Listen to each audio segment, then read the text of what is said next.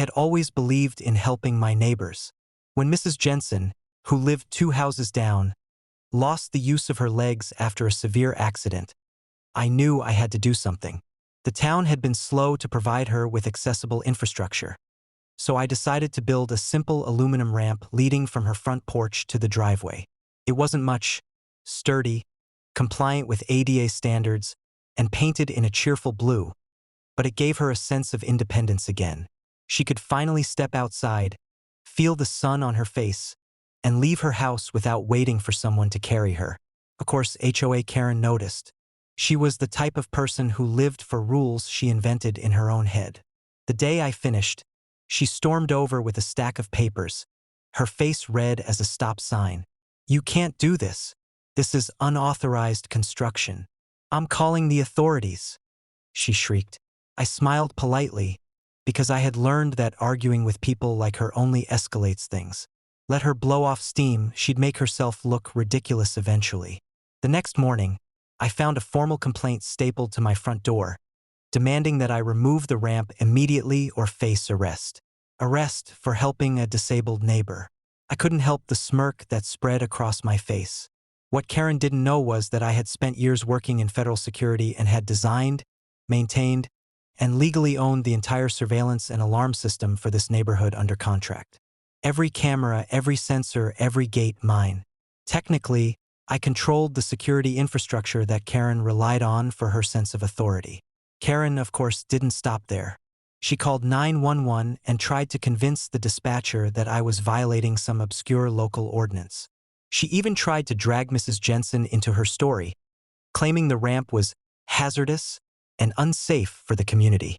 I calmly picked up the phone, explained to the dispatcher that I was the neighborhood's security consultant, that all construction was compliant with local laws, and that any law enforcement action would require my approval. The line went silent for a moment. By the time Karen arrived in person, dragging the HOA president with her, I had already prepared. I invited Mrs. Jensen to demonstrate the ramp while I live-streamed the video feed to every security monitor in the neighborhood. Cameras showed every angle, the weight the ramp could bear, the sturdy welds, the safe incline. Karen's face shifted from fury to disbelief to muted shock as I calmly deconstructed every one of her complaints.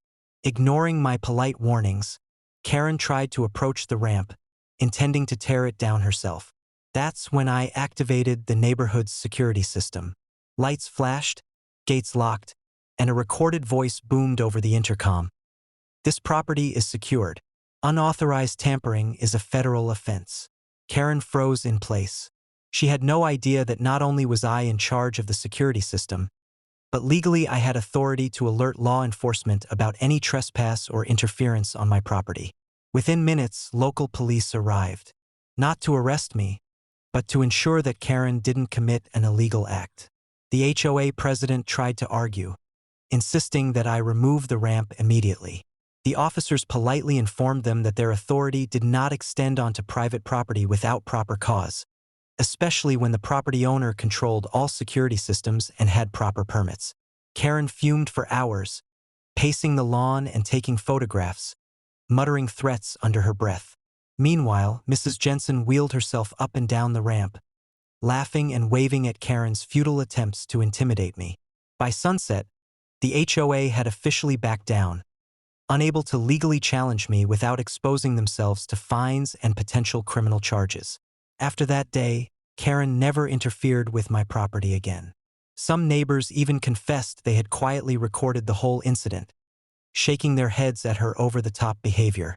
Mrs. Jensen sent me a thank you card with a small bouquet of flowers. I kept the card on my desk, a reminder that standing up for what's right and a little knowledge of the system can turn an outrageous situation into a perfect example of karma and justice.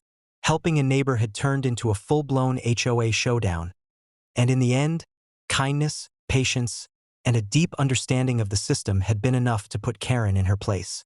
The ramp stayed, Mrs. Jensen's independence stayed, and the lesson? Never underestimate someone who quietly knows the rules and controls the cameras.